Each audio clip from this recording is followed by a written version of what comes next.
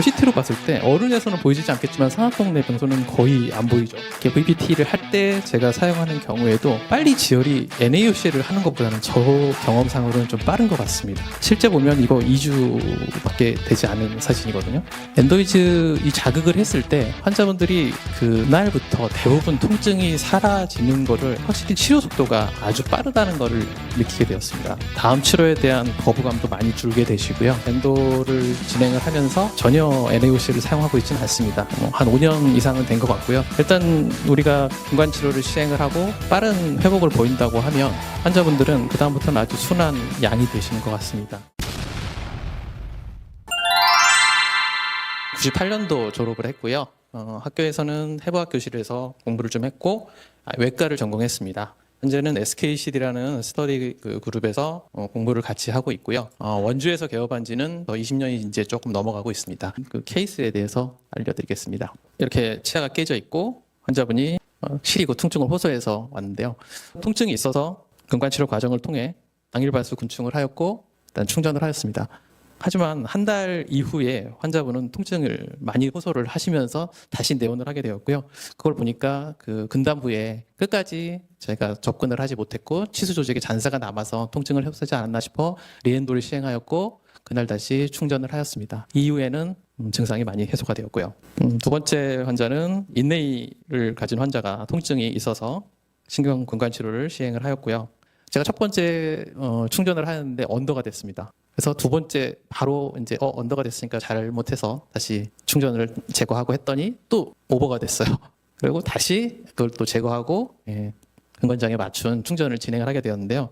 이런 케이스들을 먼저 제가 말씀드린 이유는 저는 아까도 말씀드린 것처럼 구강외과를 전공을 했었고 일반적인 이런 근관 치료를 많이 진행을 하고는 있지만 근관 치료 자체가 자신 있는 그런 사람은 아니고 일반 개원이라고 생각하시면 됩니다. 하지만 이 장비를 사용하면서 환자들의 수루 통증이나 관리가 편안했기 때문에 계속 사용을 하고 있습니다.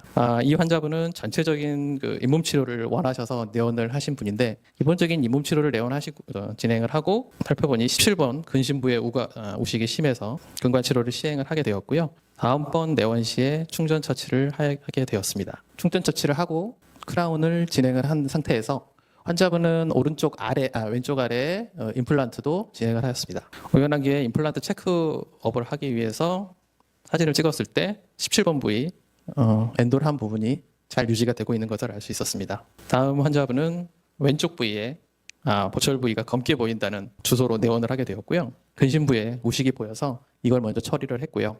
17번 부위의 우식이 지금 보시면 저렇게 일반적인 형태로만 보면 약간의 그 캐비티만 있었지만 실제 큐레이 영상으로 보면 많은 크랙이 보여서 엔도를 바로 진행을 했고요. 첫 번째 내원, 두 번째 내원 시에 충전을 했습니다.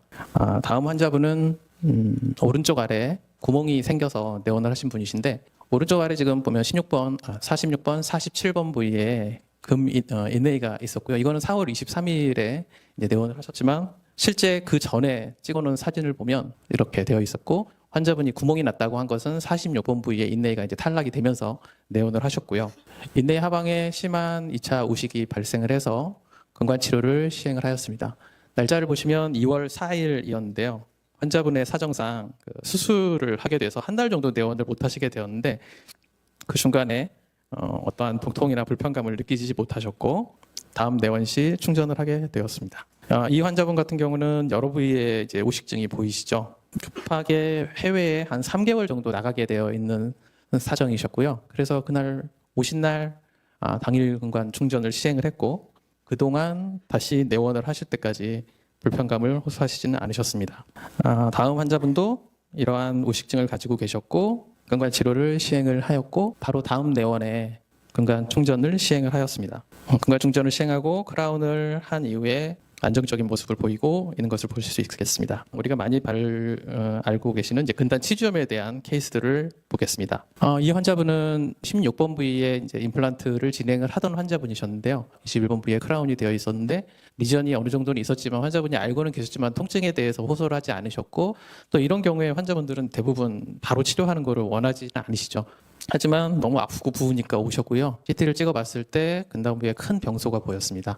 제가 이제 근관 충전물을 제거하고 약간 오버를 시켜서 엔도이즈 자극을 가했고요. 그 이후에 이제 그때는 이제 바깥쪽에 치은도 부어 있었고 퍼스도 나오는 상황이었기 때문에 약제를 처치하지 않고 이제 환자분을 이제 귀가시켜드리고 다음날 내원을 해서 엔도이즈를 통해 자극을 가했고요. 이날은 제가 이제 칼슘 하이드록사이드 약제를 넣고 환자분을 귀가시켜드렸습니다. 근데 이런 경우에 있어서 물론 우리가 컨벤셔널한 근관 치료를 진행을 했을 경우에 또 드라마틱하게 나아지는 경우가 많이 있는데 엔도이즈 이 자극을 했을 때 환자분들이 그날부터 대부분 통증이 사라지는 거를 확실히 치료 속도가 아주 빠르다는 것을 느끼게 되었습니다. 그래서 다음 내원 시에 근관 충전을 시행을 하였고요. 이 환자분 같은 경우는 43번 부위에 지금 보면 근단 병소가 보이실 텐데 아프다고 호소하신 거는 25년 5월 30일이신데 지금 사진은 24년도 5월 16일. 그때도 병소는 있었고 환자분은 병소를 알려드렸지만 대부분의 환자들이 바로 치료를 진행 원하시지 않죠. 그때 찍어놓은 이제 임상 사진들을 보시면 뭐 많이 변색도 되어 있고 좋지 않은 상태죠. 하지만 환자분은 치료를 원하지 않으셨고 하지만 5월 30일 오셨을 때 통증을 많이 호소하시고 재근관 치료를 시행을 하고요. 재근관 치료를 시행을 할 때는 파일을 약간은 오버시켜서 항상 적용을 해보고 있습니다. 다음 내원하셨을 때 치근단 사진으로 봤을 때의 방사선 투과성을 100% 평가할 수는 없지만 병소의 크기가 줄어있다고 평가가 되었고 임상 증상도 많이 해소가 되어서 그날 충전을 시행을 하였고요. 한 3달이 지난 이후에 체크업으로 오셨을 때 병소가 많이 줄어들었고 환자분은 증상에 대해서는 호소하지 않으셨습니다. 이 환자분 같은 경우는 46번 보셔도 46번 부위에 지금 치근단 병소가 있고 나이가 지금 20살인데 아주 어린 초등학생 때 나이에 이제 근관 치료를 시행을 했고 그때는 아마 뭐 치근단이 다 형성이 되지 않아서 그랬는지 모르겠지만 저런 식의 근관 충전 상태였습니다. 보시면 이 환자가 그런데 23년도에도 내원을 했고요. 그때도 이런 병소는 가지고 있었지만 증상을 호소하지 않으셨고 그래서 이제 그때는 치료를 하지 않았었죠. 하지만 이러한 경우에 많이 붓고 아팠을 경우 CT를 찍어봤을 때 근단 병소가 저렇게 좀 컸고요. 크라운을 제거하고 재근관 치료를 시행해봐야겠다 했습니다. 근관 내 충전물을 제거하고 통법적인 대로 근관 치료를 시행을 했고요. 증상이 바로 한 일주일 정도 만에 많이 사그라들었기 때문에 근관 충전을 시행을 했습니다. 이 환자분은 최근의 환자분이신데 왼쪽 위 어금니에 이제 물집이 크게 잡히고 타치과에서 발치를 권유받아서 저희 병원에 내원을 하시게 되었고요. 보시면 27번 부위에 라디오르선시가 아주 크게 보이는 게 보이실 겁니다. 상악동 부위까지 이제 병소가 조금씩 커져가고 있는 것을 보실 수가 있었고 엔도를 시행을 하였고 통법적인 사항대로 근관 치료를 시행하였습니다. 그래서 충전까지 지금 시행을 했는데요. 불과 2주지만 다시 찍은 CT 사진을 보면 병소가 줄어드는 것으로 보아서 앞으로 치조골에 발생된 병소도 좋아지지 않을까 생각이 듭니다. 이 환자분도 오셨을 때 아주 통증도 심하셨고 발치에 대한 걱정도 심하셨는데 일단 우리가 근관 치료를 시행을 하고 빠른 회복을 보인다고 하면 환자분들은 그다음부터는 아주 순한 양이 되시는 것 같습니다. 다음 치료에 대한 거부감도 많이 줄게 되시고요. 다음은 이제 여러 케이스들이 복합되어 있을 때의 경우입니다. 왼쪽 아래 치아가 많이 아파서 오신 분이고요. 처음에는 36번 크라운 부위일까 아니면 37번 충전물 인레이 부위일까 이렇게 봤는데요.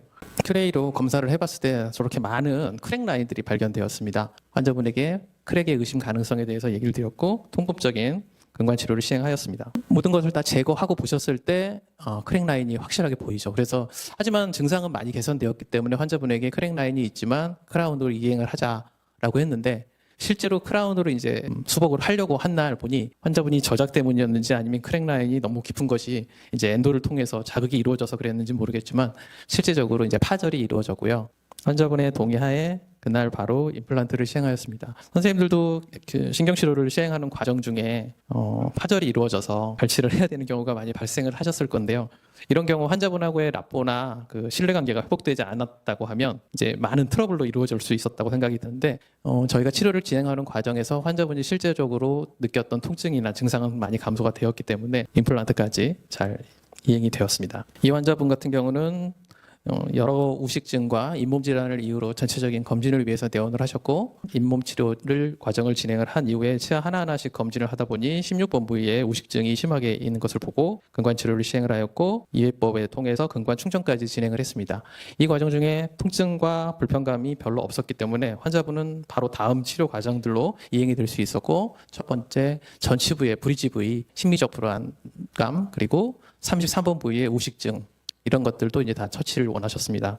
전치부 리엔도 과정을 통해서 두 번째 근관 충전까지 다 시행을 하였고 이 과정 중에 큰 불편감이 호소되지는 않았습니다. 12번 부위는 근관장 끝까지 접근이 되었는데요. 21번 부위는 근관이 석회화 되었는지 끝까지는 자극을 가하지 못했고 다만 충분히 그 장비를 사용하여 자극을 가해서 증상이 없는 건 확인되고 고철은 진행되었습니다.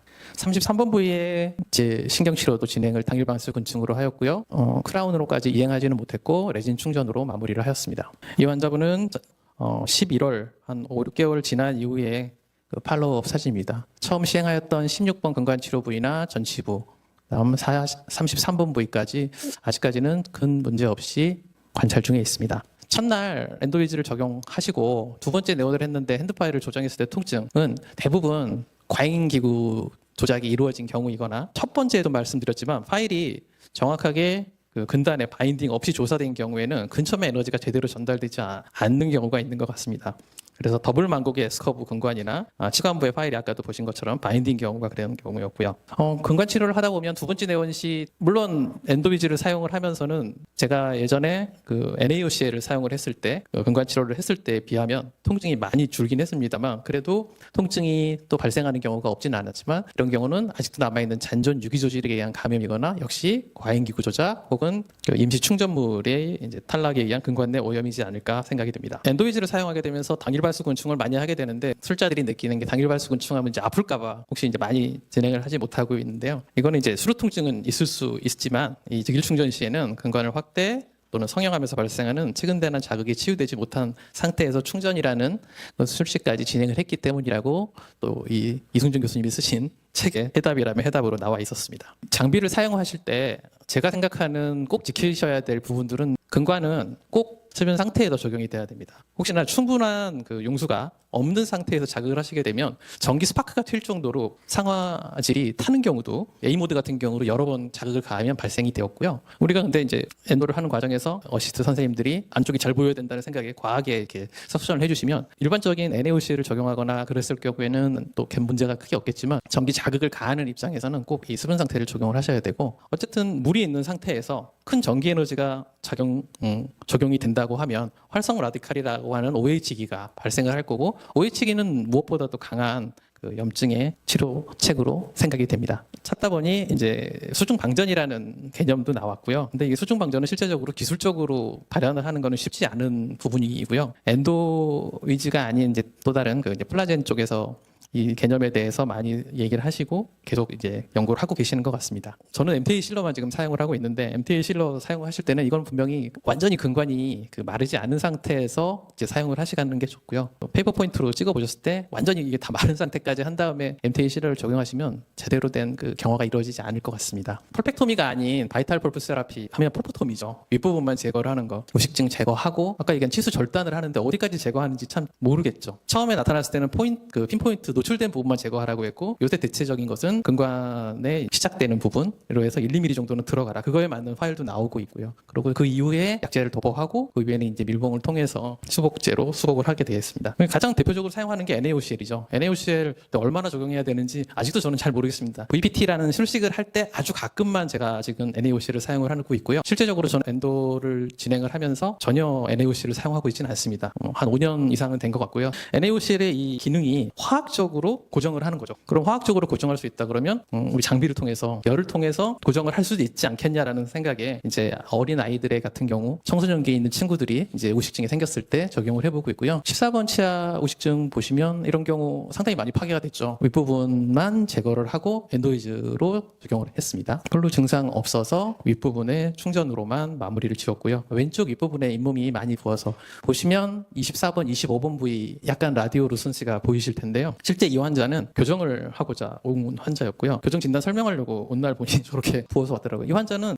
치유치가 꽤 많이 있었습니다. 상당히 많은 양이 파괴가 됐고 상악동 쪽에도 상당히 부종이 심하죠. 물론 아이들이기 때문에 생활력이 강해서 두 번째 내원 시에 병소가 많이 줄어 보이네. 그리고 세 번째 네온시 보니까 거의 찍은단 사진에서는 안정된 모습을 보였고요. 그리고 CT로 봤을 때 어른에서는 보이지 않겠지만 상악동 내 병소는 거의 안 보이죠. 실제 보면 이거 2주밖에 되지 않은 사진이거든요. 크게 골이 파괴됐던 부위도 빨리 치유가 이루어져 있고요. 이런 경우는 안에서 퍼스도 나왔기 때문에 제가 좀 깊게 조사를 했습니다. 37번이 지금 이제 오식증이 생겨서 온 환자였고요. 통증은 있었고 핀포인트로 노출됐기 때문에 저도 여기서도 저 정도만 막을 것인가? 아니면 근관 내과에 좀 들어갈 것인가? 아니면 다 제거를 하고 할 것인가? 아직도 실은 잘 모르겠습니다만 일단은 최소한의 범위에 VBT를 할 때 제가 사용하는 경우에도 빨리 지혈이 NaOCL을 하는 것보다는 저 경험상으로는 좀 빠른 것 같습니다. 물론 다시 엔도를 하게 된다거나 하면 또 하게 될 수도 있겠지만 청소년기 아이들에게는 이러한 접근법도 만약에 선생님들이 이제 책임질 수 있다면 한 번씩 해보시는 것도 좋을 것 같습니다. 제가 이 프로토콜대로 하고 있습니다. 좀 많은 경우 이제 저희 청소년층의